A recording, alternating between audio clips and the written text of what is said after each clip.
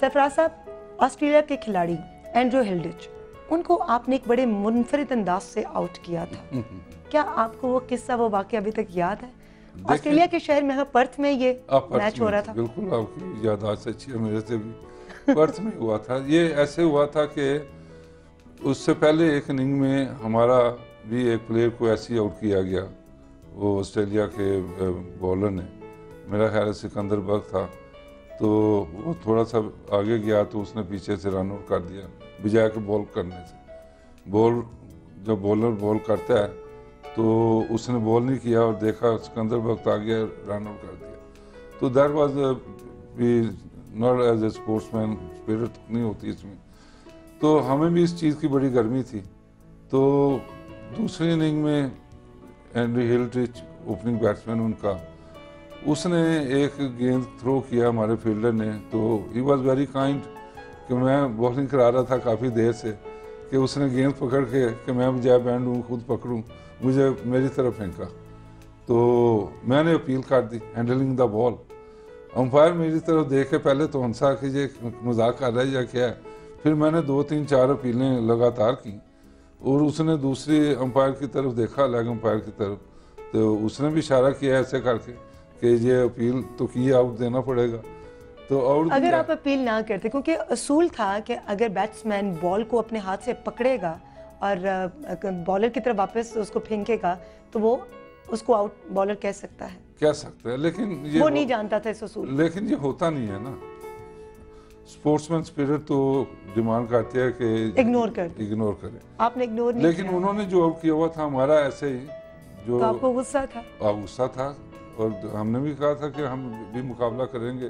तो जैसे ही वो अंपायर ने आउट दिया तो पूरी ग्राउंड में जो पब्लिक थी, बू ये वो पता नहीं क्या क्या उन्होंने अल्फाज इस्तेमाल किए। वह लेकिन वह ठीक था, मुल्क के लिए हम भी कहते थे मैच जीतना है, फेयर हो या जो जैसे भी हो। आप मुल्क की बात कर रहे हैं, आपने अपने करियर में इतनी ज़्यादा अचीवमेंट्स हासिल की हैं, अभी तक आपको प्रोडक्ट परफॉर्मेंस क्यों नहीं मिला हुकूमत पाकिस्तान की जानिब से? देखें, एक ये मुनफरद कहानी है, वो मैं पहले तो कभी नहीं बताई, अब आज बता आपने दें आप। पूछ ही लिया तो मैं ये बताना चाहूँगा कि 79 जब हम ऑस्ट्रेलिया से जीत के आए with that performance behind me, तो हम श्रीलंका में मैच खेलना था। श्रीलंका में जब मैच था तो सुबह सुबह हम ग्राउंड पे गए तो ये वहाँ ऐलान हुआ कि भुट्टो साहब को हैंग कर दिया गया है, ये हो गया फलान, तो जवाहरलाल के दौर में। तो उसके बाद फिर वी वर डिसअपॉइंटेड कि मुल्क का ऐसे कीमती लीडर को इस तरह हैंग कर देना। तो मैं तो खैर मैच नहीं खेला, मैंने कही मैं जस्ट ऑफ हो गया हूँ। तो फ्रेंडली मैच था तो मैं नहीं मैच खेला। उसके बाद जब पाकिस्तान आए तो बोर्ड ने शायद अप्रूव करके भेजा मेरा नाम, मुझे उन्होंने कहा ये प्राइड ऑफ परफॉर्मेंस आपको देना है। मैंने कहा मैंने ज़ियाउल हक जिसने ये कत्ल किया है, मैं इससे पर नहीं ले सकता, भुट्टो को जो हैंग किया है, तो ये उसको उसी को दे दो, वो खुद ही डाल ले। तो आई रिफ्यूज़ के इस वजह से मैंने रिफ्यूज़ कर दी। सरफराज साहब, ये छोटी बात नहीं थी, बहुत बड़ी बात थी कि आपको कोई एजाज़ दिया जा रहा हो और आप उसको रिफ्यूज़ कर दें। इतना बड़ा डिसीजन लिया आपने, क्या पाकिस्तान पीपल्स पार्टी की गवर्नमेंट ने इस चीज़ को एक्नॉलेज किया? देखें, उस वक्त तो मैं पीपल्स पार्टी में नहीं था। बाद में जब मैं एडवाइज़र बना 2 दफ़ा, बेनज़ीर ने फेडरल एडवाइज़र ऑन स्पोर्ट्स मुझे बनाया और मैं खुद रिकमेंड लोगों का करता रहा हूँ। मुझे लोगों ने खुद कहा कि ये आप अपना ये प्राइड ऑफ परफॉर्मेंस जो रिफ्यूज़ किया हुआ है आप अब ले लें। मैंने उनको कहा कि देखें, जिस वक्त था और उस वक्त मैं डिज़र्व करता था, अब मैं अपनी हुकूमत में आके खुद ही ले लूँ तो अब मैं डिज़र्व थोड़ा करता हूँ। आप क्या समझते हैं कि क्रिकेट जो है अब वो मार्केटिंग कमोडिटी बन चुका है? देखें, ये अब एक इंडस्ट्री बन गई है और इसके अंदर आप देखें अरबों रुपए के मामलात हैं। अगर आप एज ए प्लेयर ही खेलें 3-4 साल तो यू बिकम ए मिलियनेयर, आपके पास कम से कम 5 से 10 करोड़ पे आ सकता है। ये जो स्पॉट फिक्सिंग और मैच फिक्सिंग के इल्ज़ामात लगते हैं, इस लानत से कब हमारे क्रिकेट की जान छूटेगी? देखें, ये तो अल्लाह ताला ही इनके दिल में ऐसे जुए से नफरत पैदा करेगा तो होगा। उसके बाद देखें, क्रिकेट बोर्ड जो हैं पूरी दुनिया के, पाकिस्तान के नहीं, ये हर जगह पे जुआ है, लेकिन किसी मुल्क में वो कंट्रोल कर लेते हैं और शायद छुप छुपा भी हो जाता है, लेकिन पाकिस्तान के अंदर पाकिस्तान वाले ही सबसे ज़्यादा नज़रों में क्यों आते हैं? क्योंकि अगर थोड़ी बहुत इस तरह की चीज़ें होती भी हैं तो वो पूरी दुनिया में होती हैं। अभी पिछले दिनों और श्रीलंकन प्लेयर्स पर भी इल्ज़ाम लगा था, मगर उसको इतना उछाला नहीं गया।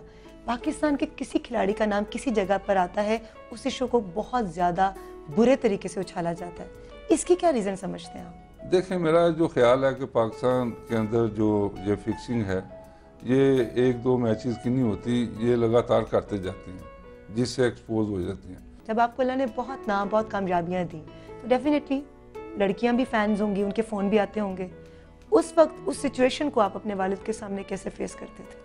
देखें, उस वक्त ना तो कोई मोबाइल था ना कुछ, और उस वक्त इतनी बेहयाई भी नहीं थी कि औरतें घरों में फ़ोन करें, ये करें। ये होता था कि ग्राउंड के ऊपर फ़ैन क्लब जो होती है, ऑटोग्राफ लेते थे और ये सारी बातें होती। कोई ऐसी जुनूनी फ़ैन जो पीछे पड़ गई हो? वो देखें, जब आप इंटरनेशनल क्रिकेट खेल रहे हैं अराउंड द वर्ल्ड, तो देयर आर क्रिकेट लवर्स जो आपको होटल में भी आते हैं मिलने, आपको घर पे खाने पे भी बुलाते हैं। मैं आपको बताऊं कि मैचेस के दौरान, टूर्स के ऊपर मेरे टीम में बहुत कम दोस्त थे। कभी कभार इमरान या मुदस्सर नज़र हम इकट्ठे कभी जाते थे, वरना मैं अलहदा जो लोकल होते थे, साल जो खेले वहाँ, वो घरों में बुलाते थे। कोई पार्टियों पे, पूल साइड पे पार्टी हो रही है, वहाँ चले गए। हमारे जो प्लेयर थे ये अपना होटलों में बैठ के इंतज़ार करते थे कि कुछ लोग के जी कोई खाना लाए, इनको खिलाए और मुफ्त में ये मामले चले। लेकिन हम खर्च करते थे सारी उम्र, और इस तरह पब्लिक रिलेशन भी होती थी और लोगों से मिलना जुलना भी। और ये मैं सब प्लेयरों को पता है कि इसलिए कई प्लेयर मेरे से जेलस थे कि why he is living lavish life. PCB की कारकर्दगी के हवाले से आप क्या कहना चाहेंगे?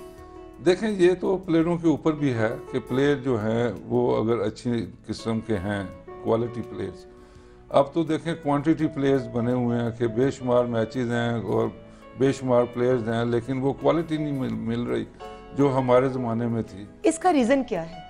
इसका रीज़न ये है कि there are too many matches, too many teams, और जब बहुत ज़्यादा टीमें हो जाएं तो कम्पेटिटिवनेस ख़त्म हो जाती है। सरफराज साहब, आप इतनी बोल्ड किस्म के जो स्टेटमेंट्स देते हैं, आपको प्रॉब्लम नहीं होती, कहीं गिला नहीं लोग करते कि भाई तुमने क्यों मीडिया के सामने जाकर ऐसी बातें कर दी? नहीं, देखें, सच को तो आँच नहीं है ना। मैं तो सच्ची बातें करता हूँ। मैं इस तरह, वसीम अकरम ने मेरे ऊपर नोटिस सर्व किया, इमरान खान ने एक दफ़ा किया, आई टुक देम ऑन। मैं कहा आओ भाई, मुकाबला होगा। अभी एहसान मानी ने 50 करोड़ का मेरे ऊपर अब नोटिस सर्व किया हुआ, और मैंने कहा ठीक है, आ जाओ।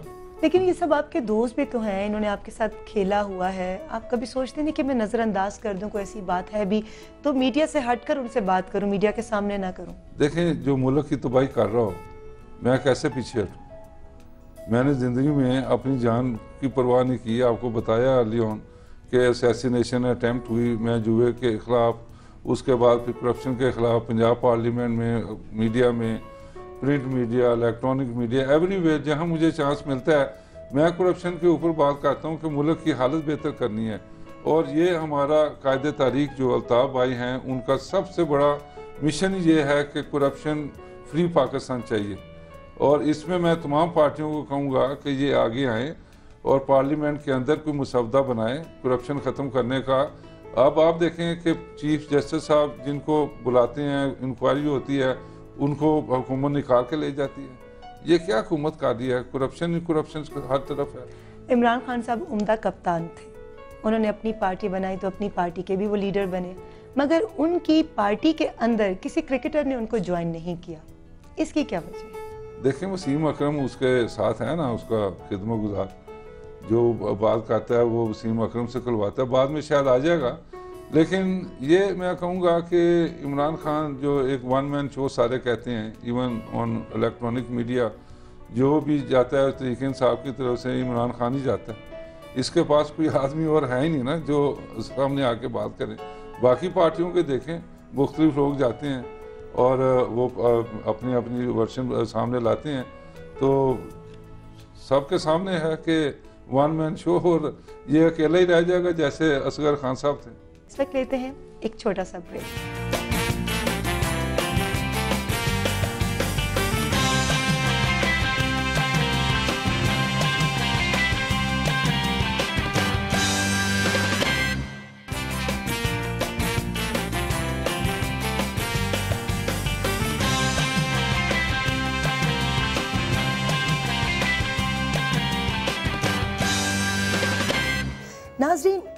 अक्सर कहा जाता है कि हमारे सियासी मंजरनामे को बेहतर करने के लिए नए नौजवान, मुतहर्रिक और तालीम याफ्ता सियासतदानों की ज़रूरत है। नया खून, ताज़ा अफकार, तालीम और तवानाई यकीनन किसी भी शोबे के लिए फ़ायदा मंद होते हैं। सियासत में ये ताजगी MQM बाहैसियत सियासी पार्टी लेकर आई है। इनके अरकान जवान साल भी हैं और जवां हिम्मत भी। मेरे आज के मेहमान का ताल्लुक भी इसी जमात से है। इनकी सियासी काबिलियत और ज़ाती जहानत से बहुत सी उम्मीदें वाबस्ता हैं। आइए मिलते हैं जनाब फैसल सब्ज़बारी और उनकी बेगम से। अस्सलाम वालेकुम। जी वालेकुम सलाम। मैं आप दोनों को अपने शो में खुशामदीद कहती हूँ। फैसल साहब, 12 अगस्त को आप पैदा हुए और आपका ज़ोडिएक साइन जो है वो लियो है। इस हवाले से आपका जो निशान है वो शेर बनता है, मगर पंजाब के शेरों के साथ आपके बहुत इख्तलाफात सुनने को मिलते हैं। तो शरीफ बरादरान के साथ क्या पॉलिटिकल डिफरेंसेस हैं? वैसे तो शेर पंजाब एक घर साहब भी थे और पंजाब के शेर जो हैं वो तब्दील होते रहे हैं काफ़ी अरसे में। इख्तलाफात नहीं, सियासी चीज़ें होती हैं, वरना उनके साथ भी काम किया। उसमें दोनों दफ़ा काम करने में हमें ऐसा लगा कि वी आर बीइंग डिच्ड और दे डिच्ड अस।